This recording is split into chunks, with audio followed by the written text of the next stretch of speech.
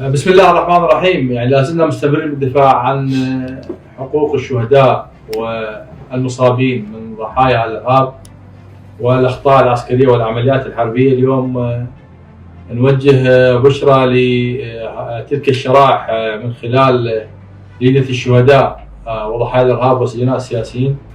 اليوم أكملنا مناقشة قانون التعديل الثالث لقانون رقم 20 لسنة 2009، وهو تعويض المتضررين جراء العمليات الحربية والأخطاء العسكرية. من أهم التعديلات التي سيتضمنها هذا القانون والتي ستقرأ قراءة أولى في جلسة يوم غد الأربعاء إن شاء الله،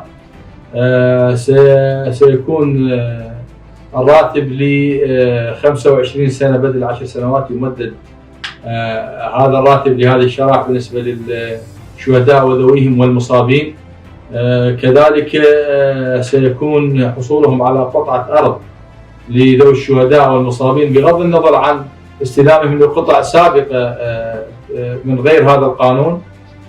كذلك بشرى لذوي الشهداء والمصابين من القوات الأمنية والعسكرية والقوات المسلحة الذين توفوا جراء توفوا أثناء الواجب أو من الواجب أو أثنائه، سيشملون بهذا القانون وامتيازاته إنصافا لتلك الشريحة المهمة. كذلك سيتم مناقشة أو إضافة فقرات لهذا التعديل، وهي نعتبرها من الفقرات المهمة من خلال عملنا ومتابعتنا لتذليل العقبات وتسريع الإجراءات، هو أن يكون رئيس اللجنة للجان الفرعية في المحافظات هو حقوقي ممن لديه 5 سنوات وظيفية، من أجل التركيز على إسراع ترويج معاملات الجرحى والمصابين والشهداء. كذلك سنركز على عدم شمول الشهداء والمصابين وذويهم في قانون المساءلة والعدالة إنصافا لهم لمن ضحوا بدمائهم من أجل محافظاتنا ومن أجل العراق.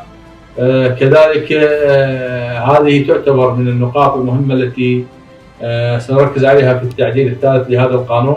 نؤكد لأهلنا وناسنا وشرائحنا المهمة أننا معهم في كل التشريعات اللازمة التي تخدم هذه الشرائح المهمة.